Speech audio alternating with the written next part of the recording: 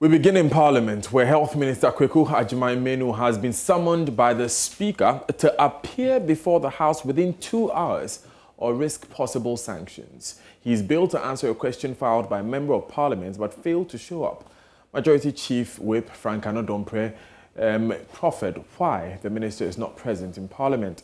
Minority Chief Whip Muntaka Mubarak, however, requested the intervention of the Speaker, insisting the reasons provided are not satisfactory. Speaker Alban Bagbin gave the directive. It's not public business. It's a business generated by Parliament. And we don't take any person by surprise. Questions are filed, they are processed, they are sent to the ministers. They go back through the business committee. They are programmed for ministers to appear on specific days to answer the questions. So the minister responsible for health is aware that the question has been scheduled for today. The reason he has given for his inability to present himself before the House to answer the question is completely disrespectful of Parliament. And I am not going to take that. I direct that the minister appears before Parliament within 2 hours to answer the question. Failing to do so, the necessary consequences will apply.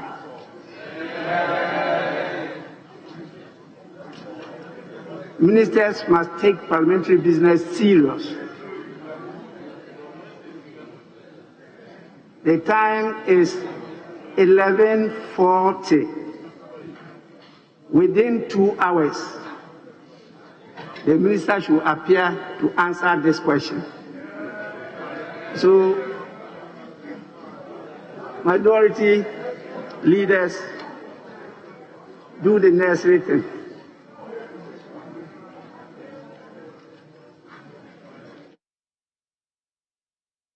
Honorable Bagbin, however, later granted the leave. Away from that, lack of water in Wali Wali has left students of senior high schools in the town desperate and with no time for learning. The situation has disrupted teaching and learning in the two technical and vocational high schools as students are forced to skip school in search of water. The schools are also faced with a lack of adequate toilet facilities, a situation which has created an unfavorable environment, particularly for female students who are struggling to manage their menstrual periods. The students are therefore pleading with authorities to come to their aid with water and decent toilet facilities. Ilyasu Tanko reports. These are students of the Wali Wali Senior and Technical High School. I have been with them here since 3 p.m.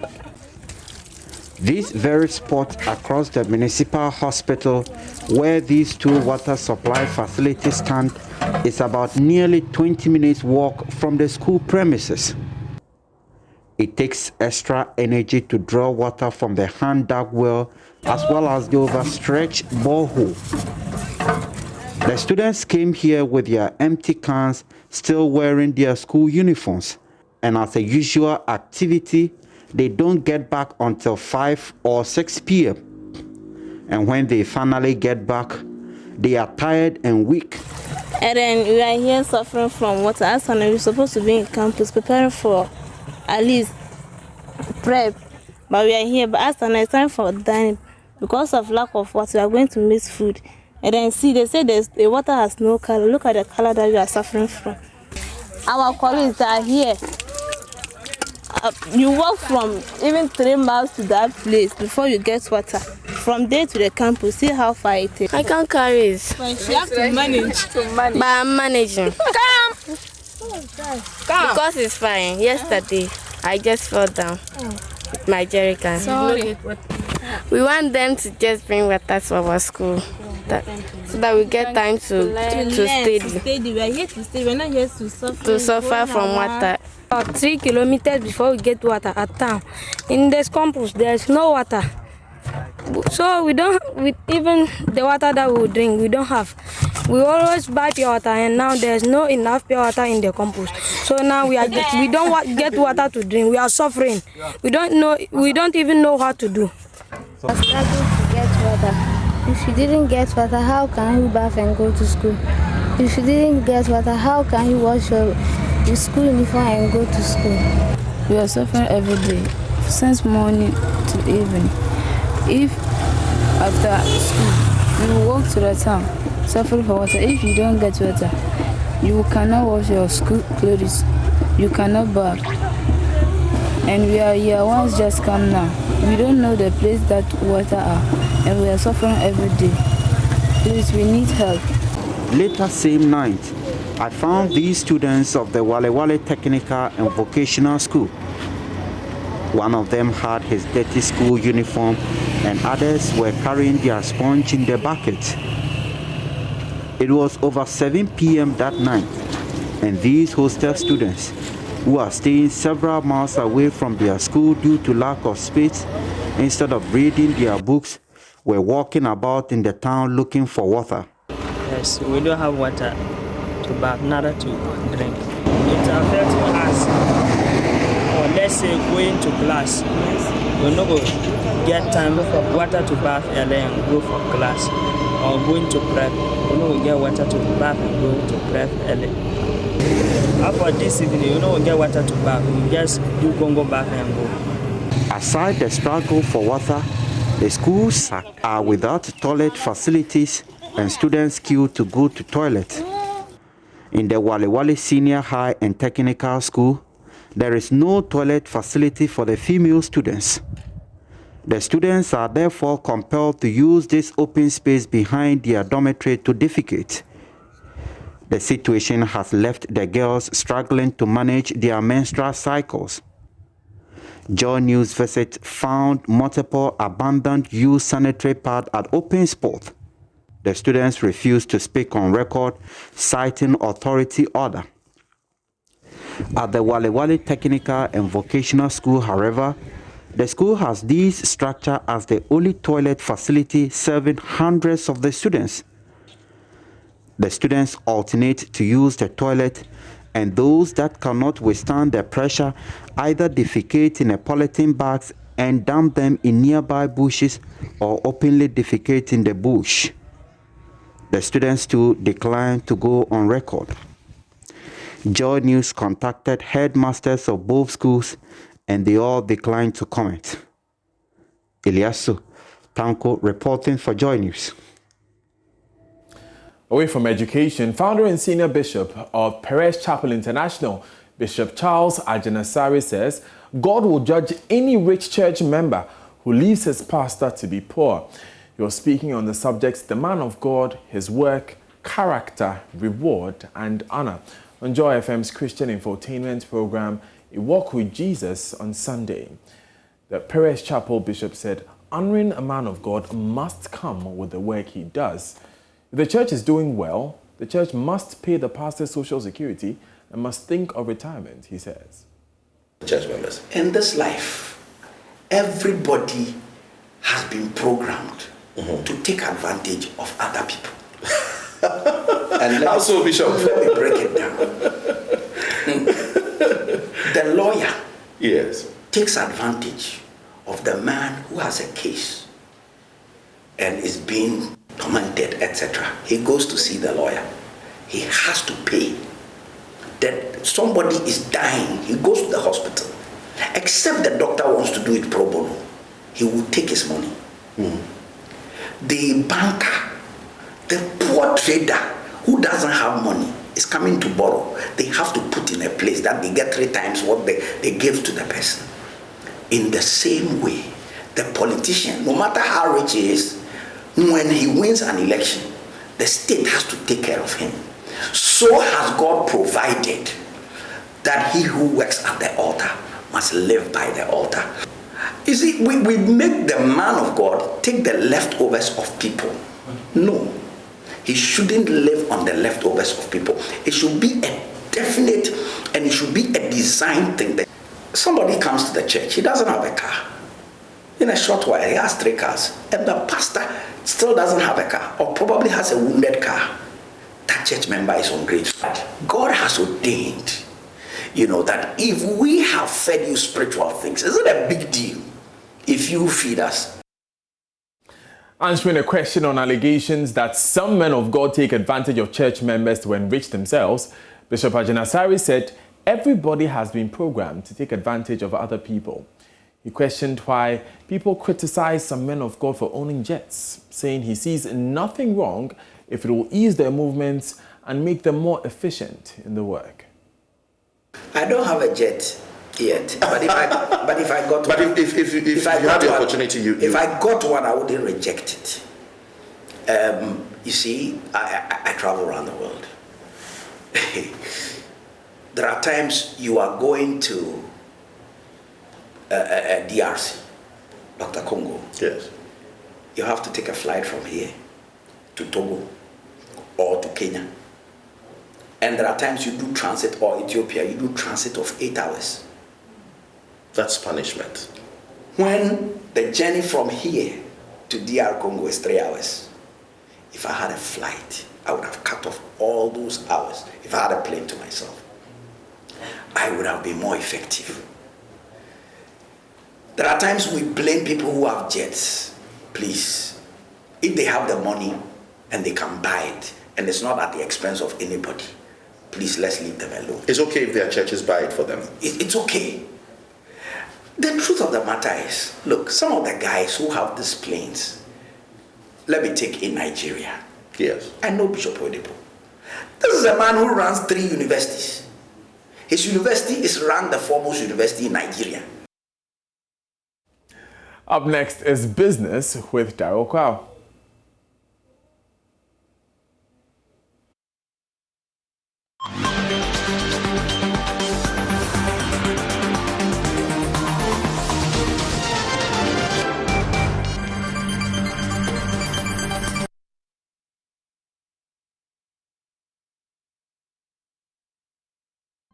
Hi, good afternoon. Welcome to Business. My name is Daryl Kwao. The National ID card or Ghana card number will be the main form of identification for new business registration at the Registrar General's Department from the 1st of April. However, there will be transitional arrangement over the next 30 days where it would still accept both the tax identification number and the Ghana card until it is phased out from May. According to a statement from the Registrar General, the move is in line with the recent announcement by the President that from the 1st of April, the Ghana card number will be used as a tax identification number and SNIT number. According to the Registrar General, no new business registration form will be completed without the Ghana card number. Now, the Food and Beverage Association of Ghana says new taxes imposed by government would further slow down recovery of businesses. The operations of food and beverage manufacturers have been impacted by the COVID-19 pandemic. Executive Secretary of the association, Samuel Agri, says they expect government to be more supportive. Investment cost has been high in terms of what they produce and what is being given to the consumer, because the challenges of market pricing and then also competition-wise is there, and everybody had to grapple with it.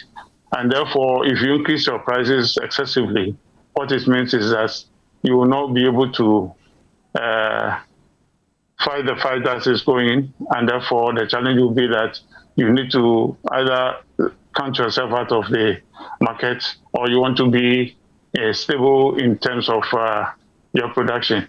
Now, what we are expecting government to do is to waive some taxes that we call the nuisance taxes that are not helping us. If we waive this one out, industries will be able to survive.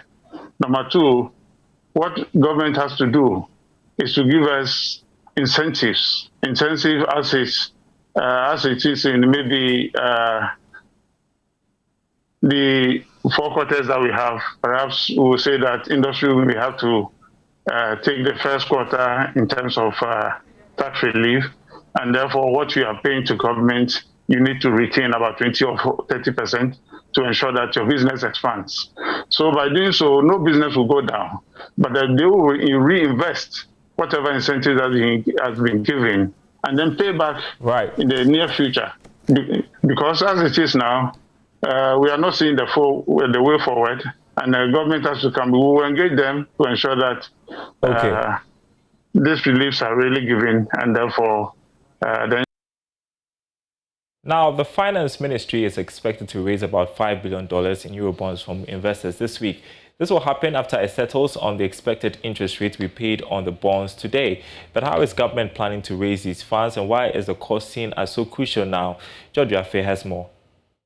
The Finance Ministry is today expected to announce to investors partaking in the Eurobond the interest rate it is willing to pay on the funds borrowed. This could possibly lead to government raising the targeted $5 billion immediately after pricing of the Eurobond. But we understand that the interest rate could be in the range of 7 to 9% based on current market conditions. However, the cost of raising the Eurobond has been seen as very important because of its impact on the country's rising debt stock. We are hearing that the bond will be raised in tranches. The first will be 4 years, 7, 12, and 20 years. The 4-year bond will be zero-rated, meaning that there wouldn't be any interest or coupon payment made until the final year. Sources say even though government has secured the necessary commitment from investors in terms of the funds they want to raise, some are raising concerns about Ghana's revenue situation, especially looking at the country's rising debt stock and whether it could be able to raise the required revenue to finance these debts. Some of these investors are not comfortable about the fact that government is raising about $5 billion, with some thinking that $4 billion will be more appropriate because of its impact on the debt stock. Government is planning to use the amount raised to pay off maturing debts and finance some projects identified in the 2021 budget. The fundraising could go a long way to firmly stabilize the Ghana cedi because of its impact on the country's international reserves. And the small business news on the marketplace at the top of the hour. Sports is up next. Hello, good afternoon and welcome to the sports segment with me, Ore Kuwampo. For Division 1 League side, Wamanafo Mighty Royals have condemned the uncouth behavior of their fans for battering the referees who officiated their league match against Bofuako Tano. Now, after the match, center referee Niatire Sunto Aziz and his assistants Suleimana Mohammed and Yakubu Abdurrahman were used as punching bags by angry fans of the home side after the final whistle. The hooligans accused the match officials of biased officiating and denying their club victory against regional rivals Bofuako. Now, Kojo Alphonse, who is the CEO of Bofuako Tano, has been narrating his ordeal to Joy Sports. The whole thing started when we were going for the warming up. They started beating my players, and then after that, the halftime, they prevented the referee from entering the dressing room.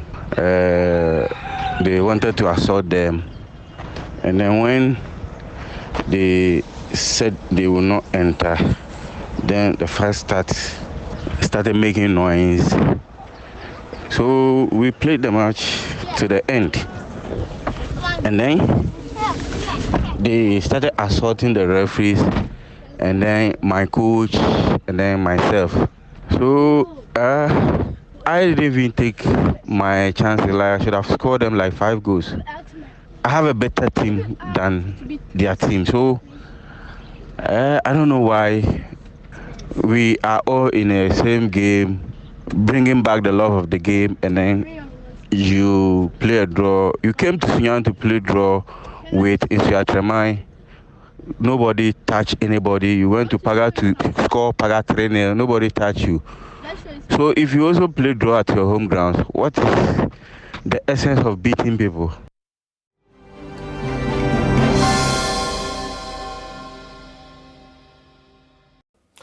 Welcome back. This is Joy News Today, and Ghana's public service broadcast of 1968 legal framework could use some upgrade and learn from Rwanda's 8 years document. That's a position held by the current Director General of the Ghana Broadcasting Corporation, Professor Amin Al-Hassan, who was part of a recent visit to Rwanda by some representatives from Ghana, has been sharing lessons he believes Ghana can draw from the country, whose painful past of genocide is often largely attributed to media reportage. He spoke to Gifty and Apia after holding meetings with the Rwanda Broadcasting Agency. Familiarization tour, but I think that overall there are a lot of lessons. For me, in the broadcast industry, one of the things I've learned in terms of getting to know closely with what the Rwandan Broadcasting Agency does, my counterpart public broadcaster in Rwanda, is the fact that they operate on a more opened legal framework, which allows them to do a lot of things. They have more control over what they are doing. In fact, they are the closest I have seen in Africa to BBC model of a public service broadcaster. And most of these legal systems were put in place 8 years ago. And I think as a latecomer, they were able to learn from the lessons of other countries. Our law framework is 1968, so obviously the way we are operating is different. When you go beyond the media and you look at the society as a whole, one of the things that strikes you is the way they have been able to organize their society, the way the environment is kept, the way people obey rules, the response of the people to official rules and regulations of the country. I think it's phenomenal in the way the Rwandans have gotten it right in terms of putting their society together.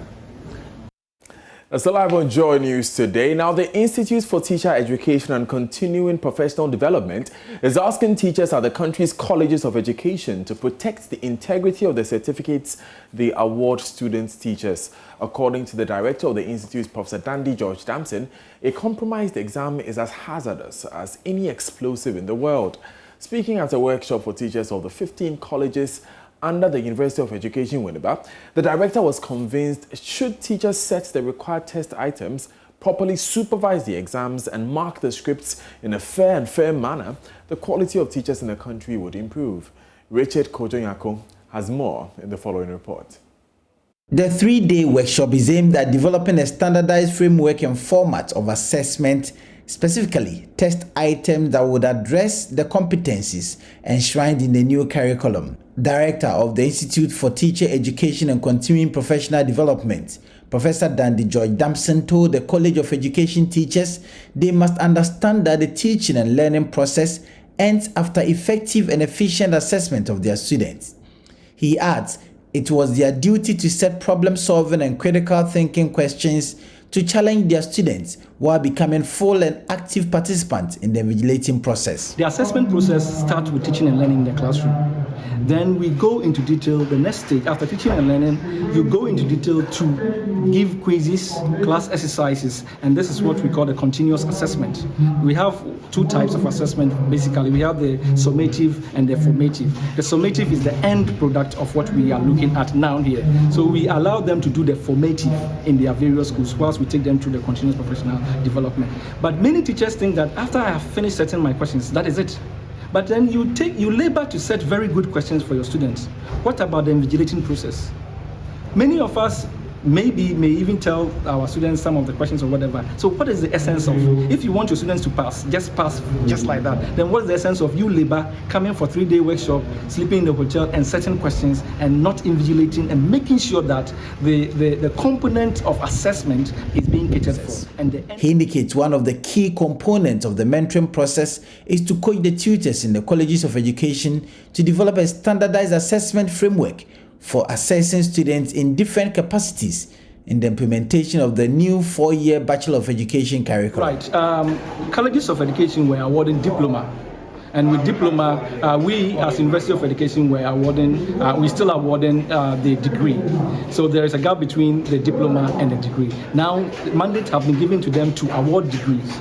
And because some of their staffs are not up to that professional development level, they need to be guided to be able to go through the processes of awarding the degree. So if their certificates are going to bear a Bachelor of Education in Primary Education, so and so and so, from University of Education, then University of Education is mandated to play a very important role, and which is why we've assembled them here today to take them through what we do here, so that when they go back to their colleges, they do same over there. The Dean of Students at the University of Education, Winneba, Professor Kwesi Amponsah, reaffirmed the university's commitment to quality education delivery. From Winneba for Joy News, Richard Kwejenyakun reporting. And that's it for Joy News today. For more news, log on to myjoyonline.com. I am Daniel Daze. Marketplace is next.